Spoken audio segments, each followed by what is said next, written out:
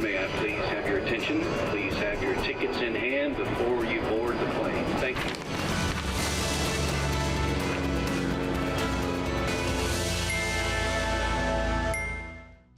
Hello and welcome. I'm Johan Castell and you're watching Wings. Today's show explores how Ayodhya has become one of the great centers of religious tourism worldwide. We step into the enchanting world of old Delhi's cultural legacy at the Kathika Cultural Centre and explore a unique celebration on the ground in Spain, where horses charge through the flames of bonfires on village streets. Also on the show is a journey of art and wonder from South America to Africa. Let's begin. This week's lead story covers the Ram Temple's consecration in Ayodhya by Indian Prime Minister Narendra Modi, marking it as one of the world's great centers for religious tourism. We explore how this will positively impact the economy of eastern Uttar Pradesh and the region at large.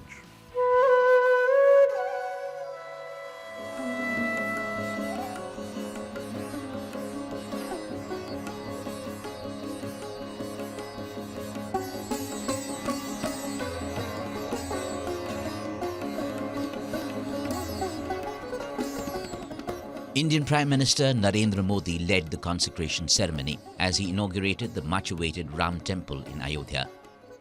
He underscored a broader strategy of investing millions in developing numerous pilgrimage sites, including one of Hinduism's holiest temples.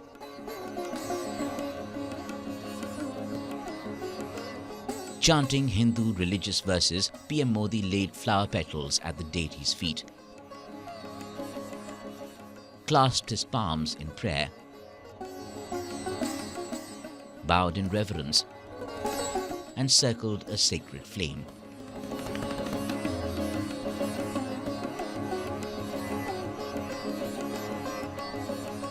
Outside, helicopters showered petals on the temple. Accompanying the rituals were the sounds of traditional clarinets playing devotional music for the 130-centimeter tall black stone deity symbolizing 5-year-old Balak Ram.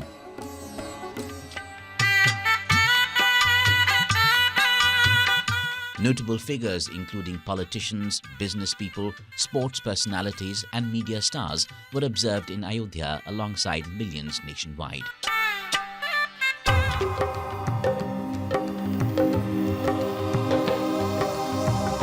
Now that the city's new Ram Temple has been consecrated, Ayodhya has officially become one of India's great centers of religious tourism.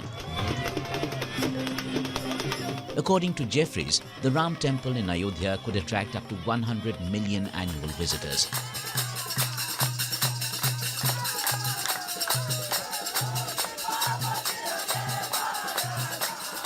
When comparing this number to the annual number of visitors to Mecca and Vatican City, which are 20 million and 9 million respectively, it is clear that this will be one of the most popular pilgrimage sites worldwide.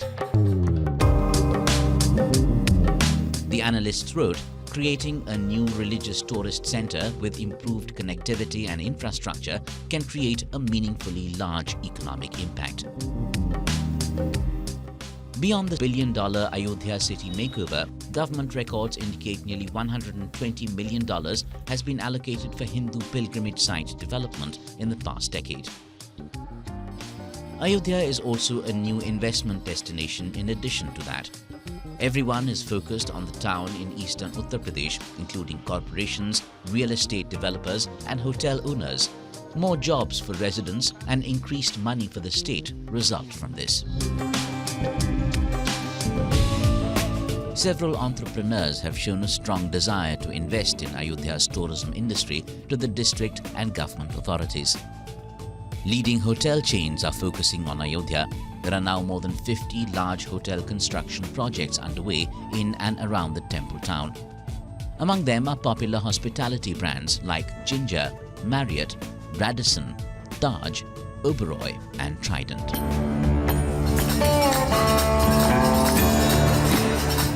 With many new visitors to Ayodhya, the entire region of India's most populous state, Uttar Pradesh, will feel the effects. When the airport in the city gets used to capacity, travellers will opt to fly to Lucknow to reach the city via road from there.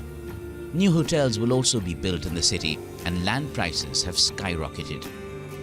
Along with renovated roads, power and water projects and highway connections are all part of the growing infrastructure.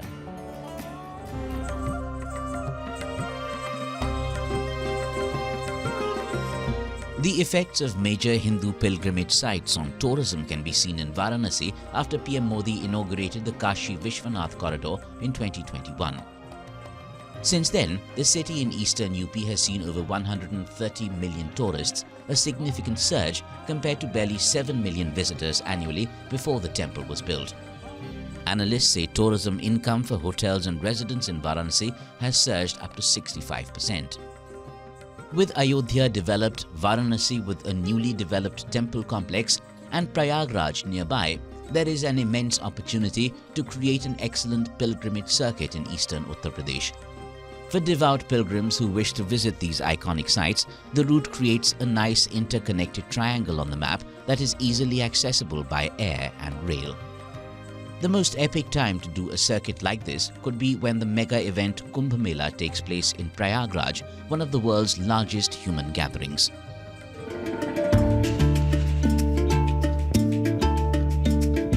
So how about the footfall at the temple now that is open to the public? The temple management expects 100,000 visitors each day for the next few months. City officials, however, expect about 4.5 million tourists a month, more than the entire city's population of 3 million. We are expecting a huge influx of pilgrims and tourists. So we have made arrangements. We have done a mapping of all the accommodation facilities here. Public amenities have been upgraded. The numbers have been increased in the past 1 year. And looking at the expected numbers in the coming months, we are constantly upgrading our facilities. Despite contributing 7% to India's economy, tourism remains below comparable figures in most large emerging and developed economies by up to 5 percentage points, totaling nearly $200 billion in revenue. With large developments like these, India can attract new visitors from worldwide and increase tourism's contribution to its GDP, benefiting both eastern Uttar Pradesh and the region. From eastern UP, we step into the enchanting world of Old Delhi's cultural legacy at the Kathika Cultural Centre. This century-old Haveli has been transformed into a vibrant museum, preserving the rich tapestry of Delhi's heritage.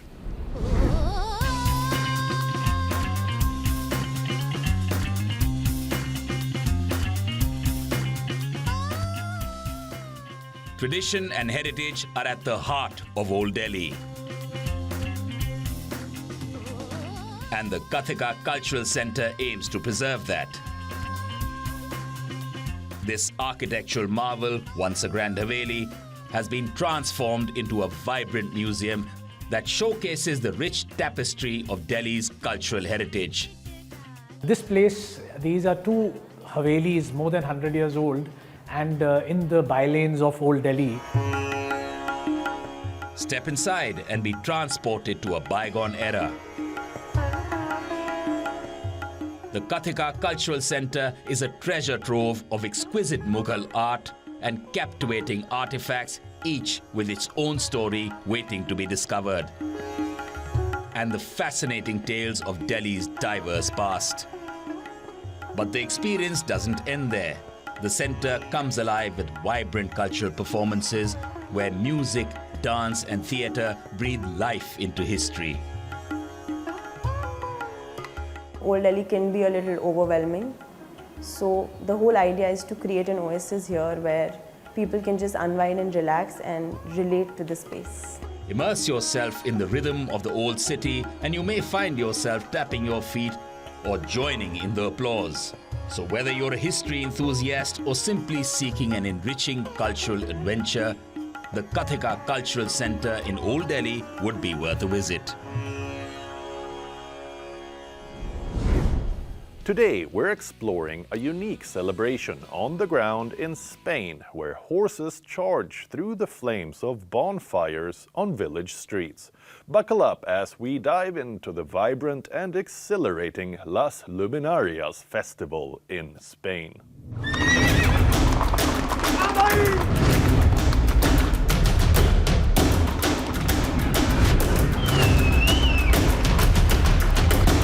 Las Luminarias, held annually in San Bartolomé de Pinares, is not your typical festival.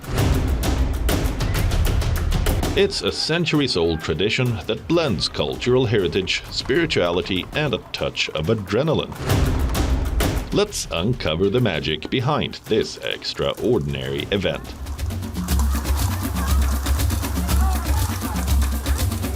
In San Bartolomé de Pinares, a cloud of smoke envelops cobbled streets as horses gallop through flames,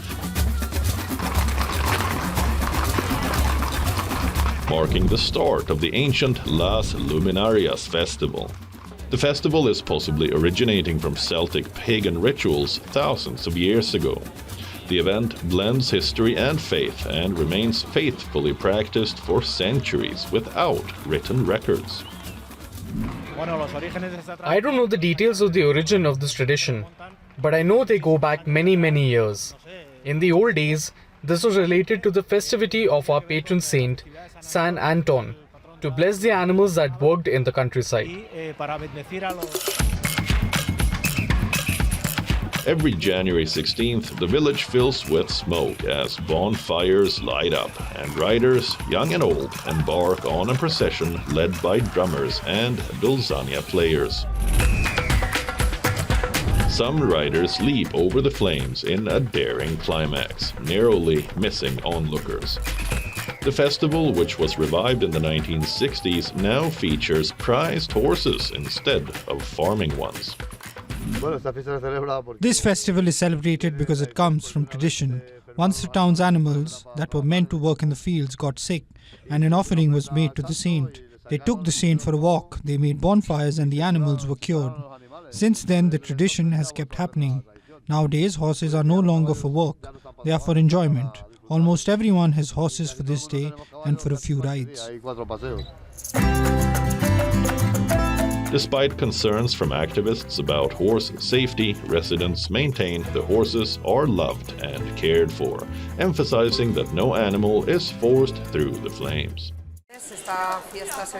We celebrate this festival with a lot of intensity here because we love horses so much. For the young people and the locals, it's the biggest festival for us. Las Luminarias persists as a unique celebration, preserving tradition amid snow-capped mountains near Madrid.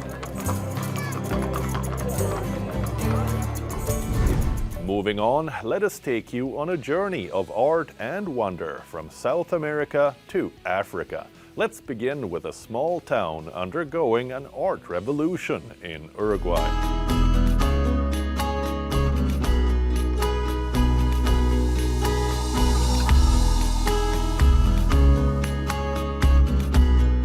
In the coastal village of eastern Uruguay, affluent tourists leisurely explore a bustling art fair, indulging in crisp local rosé wine while immersing themselves in the burgeoning creative atmosphere.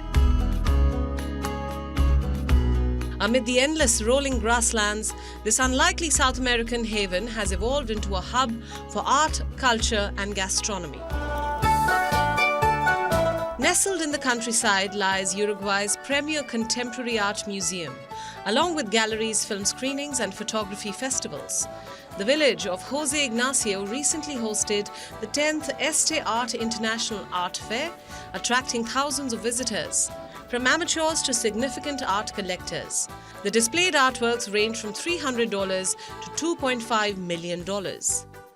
Yes, we have created a market. But I think the most interesting thing that we did, or most meaningful, at least to me, is that we have shifted a mentality.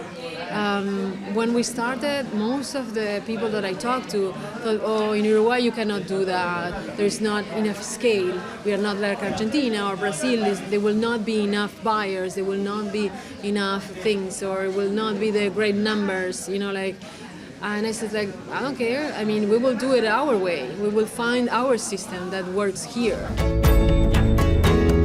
Austrian art collector Robert Koffler, residing in Jose Ignacio, has curated an art installation in his boutique hotel. This includes a sky space by American artist James Turrell, a dome of pure white marble through which you can see the sky as artificial light twists the perception of colors.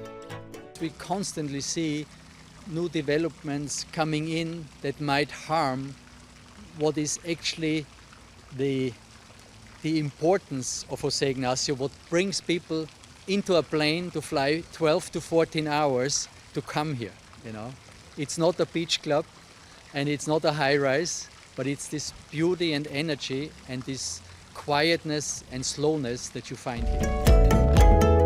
Despite the area's transformation into an exclusive location with high-end properties, Koffler remains vigilant against potential overdevelopment threats, determined to preserve Jose Ignacio's unique charm.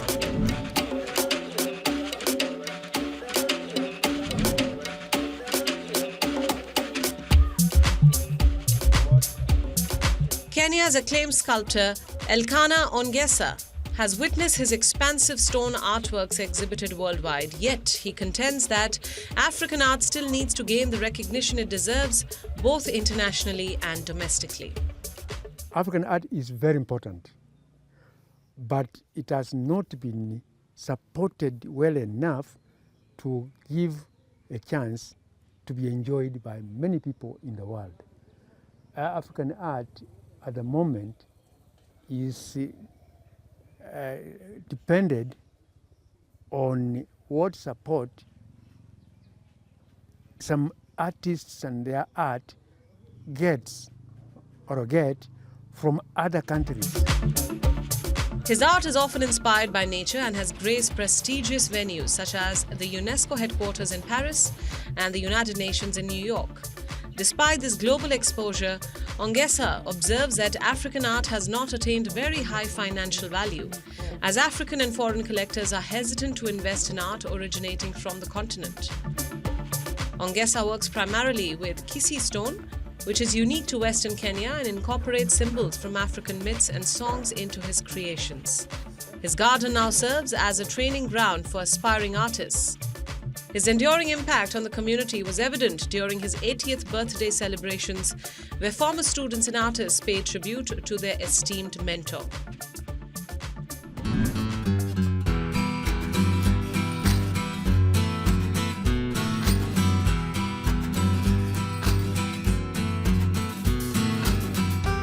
Diego Velázquez's renowned Meninas from the 17th century, originally housed in Madrid's Prado Museum, have transitioned from paintings to street sculptures in Caracas, courtesy of Venezuelan artist Antonio Azato.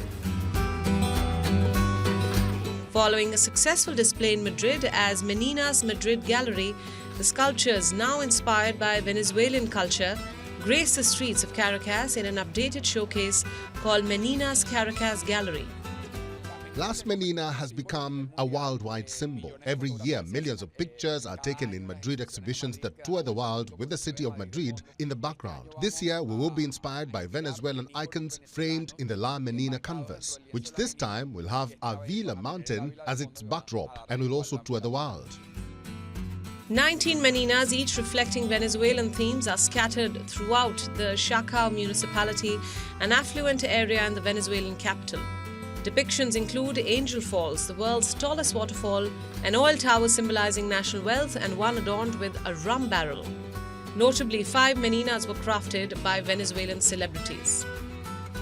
They are all symbols and icons of this country. The macaw, the toucan, the turpial, the hummingbird, the archipelago, the Avila Mountain, our flag, Simon Bolivar. They are icons for us that I have represented within the structure of La Menina.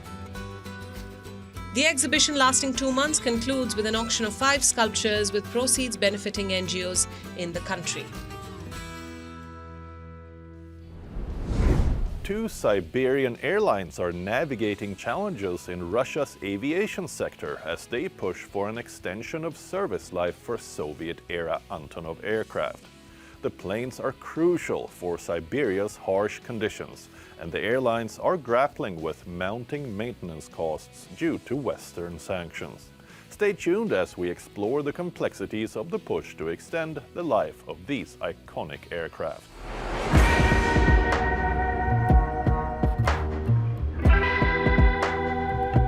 Two Siberian airlines are seeking an extension of the service life for Soviet-era Antonov aircraft, many exceeding 50 years old, amid challenges in Russia's aviation industry.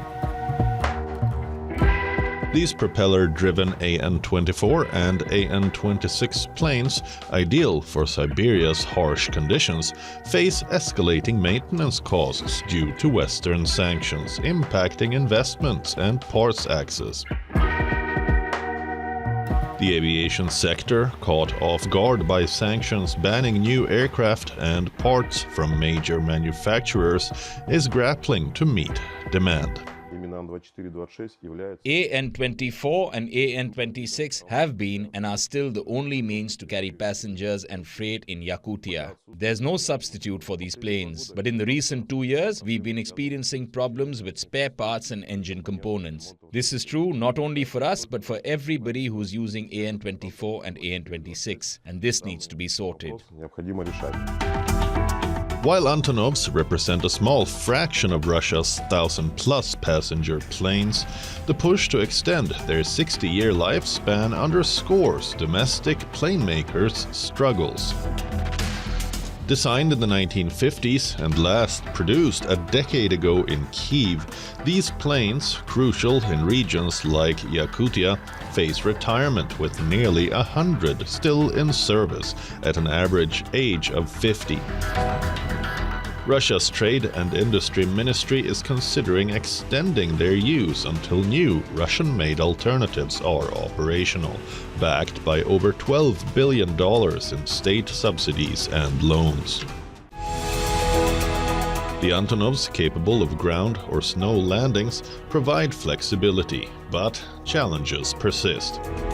A recent incident in Russia's Far East, where a plane landed on a frozen river due to a pilot error, highlights the importance of addressing aging aircraft issues amid the industry's evolving landscape.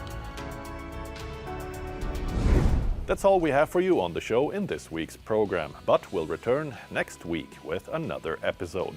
Until then, it's me, Johan Castell, signing off. Goodbye.